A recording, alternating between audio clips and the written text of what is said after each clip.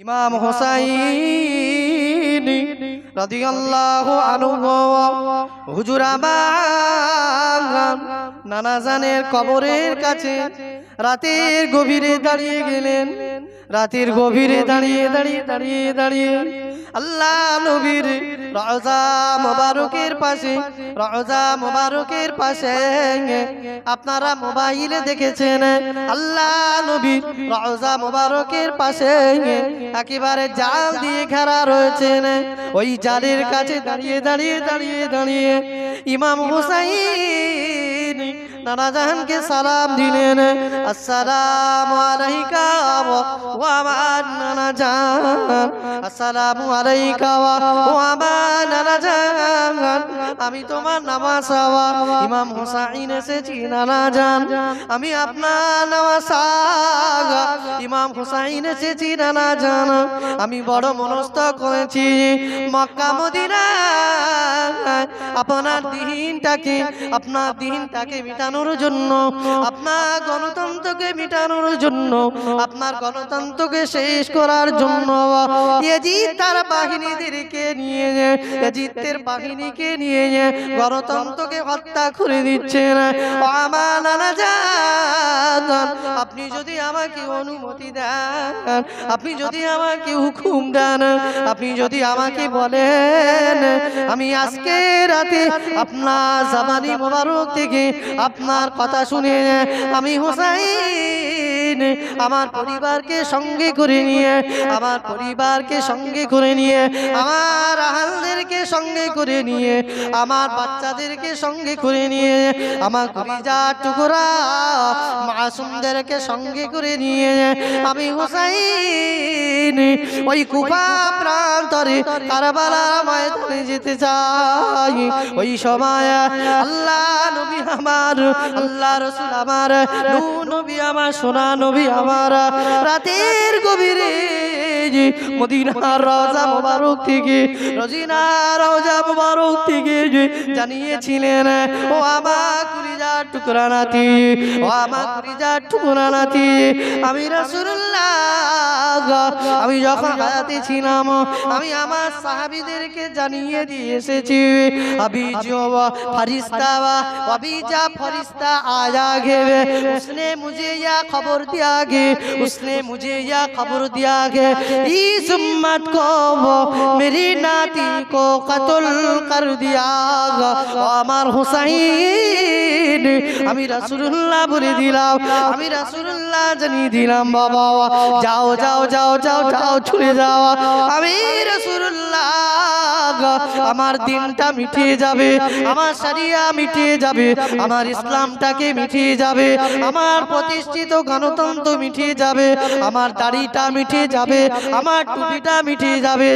না না না, ও আমার হুসাইন তুমি এই মদিনায় তোমার বাড়িতে আরাম করলে চলবে না বাবা, যাও যাও যাও ওই কাবা, ওই যে কারবালা প্রান্তরে কুফায় তুমি চলে যাও, খবরদার বাবা ওই গণতন্ত্র হত্যাকে তুমি মেনে নেবে না, ওই গণতন্ত্র হত্যাকারীকে মেনে নেবে না।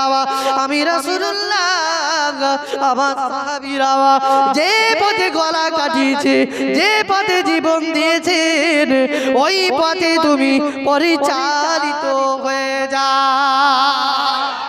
আরো জোরে বলেন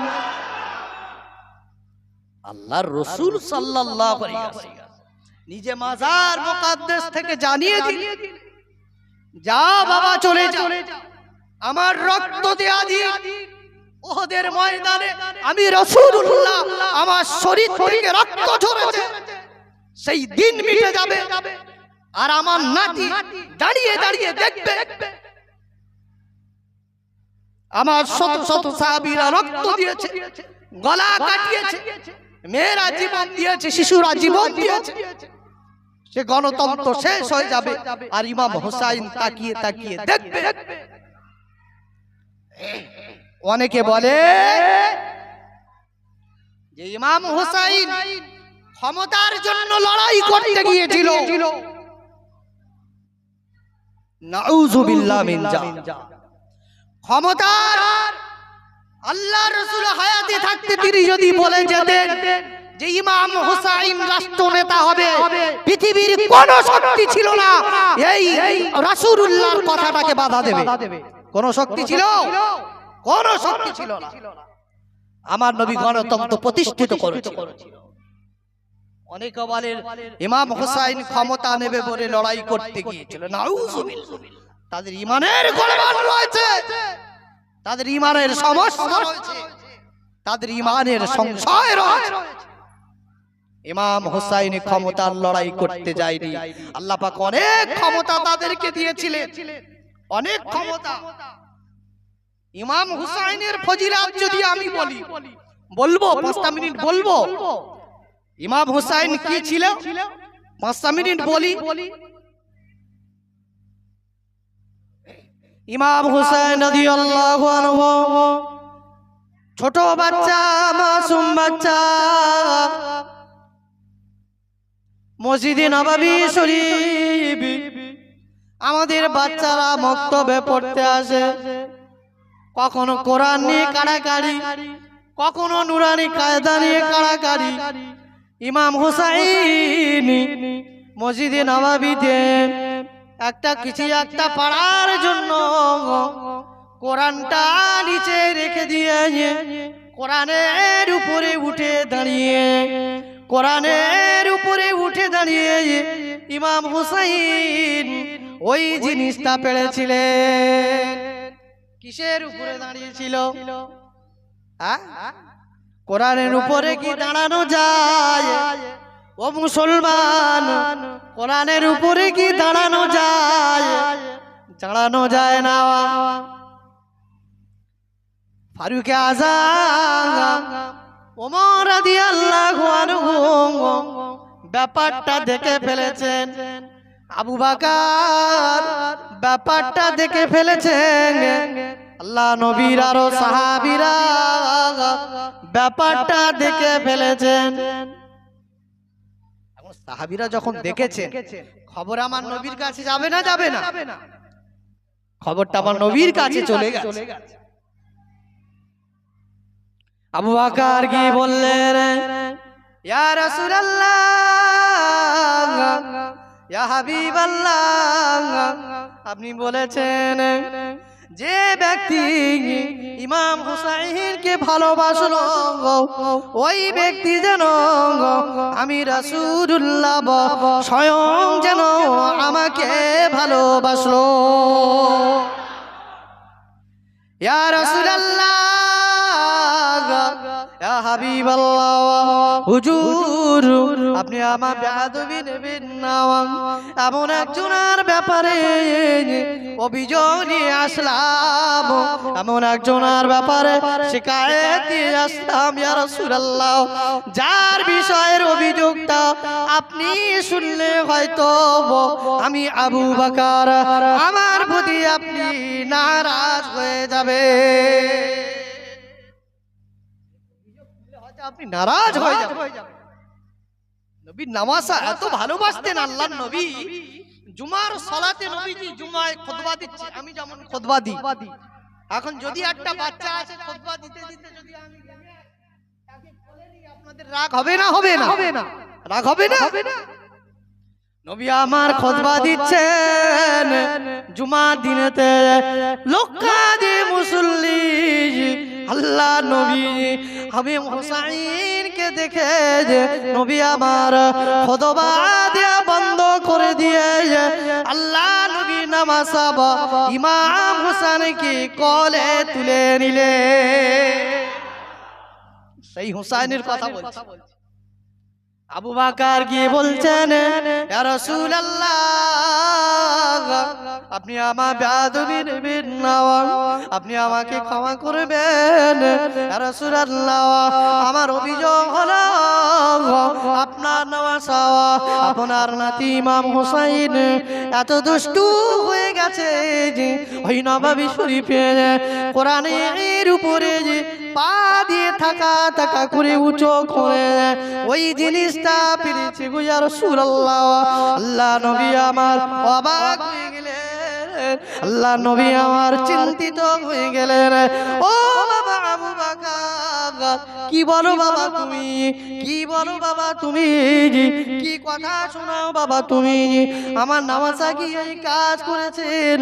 ওই সব আবু বকর বলেছিলেন, ইয়া রাসূলুল্লাহ, আমি আবু বকর, যাকে আপনি সত্যবাদী উপাধি দিয়েছেন, ওই আবু বকর মিথ্যা বলে না, ওই আবু বকর মিথ্যা বলে না, ওই আবু বকর সত্য বলছেন, ওই আবু বকর তার নিজের চোখে দেখে এসেছে।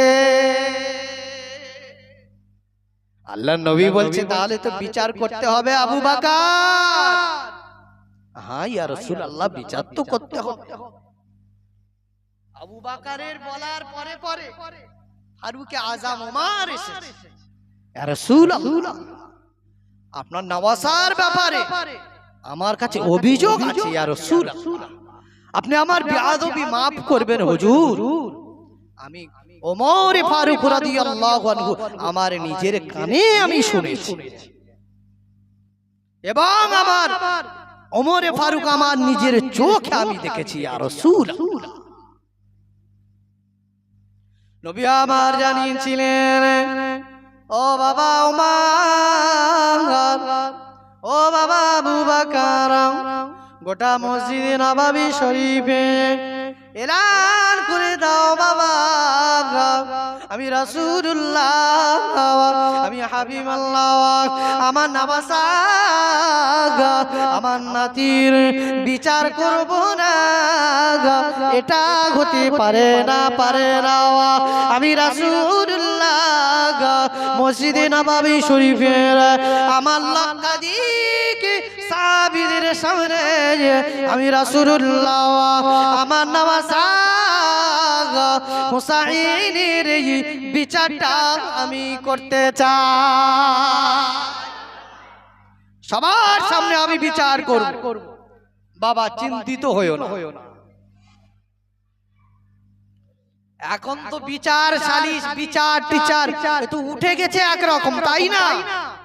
বিচার টিচার তো উঠে গেছে।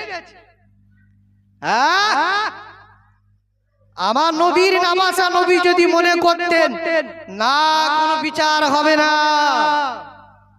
পৃথিবীর কোন মানুষটা ছিল নবীর সামনে কথা বলবে? ছিল না।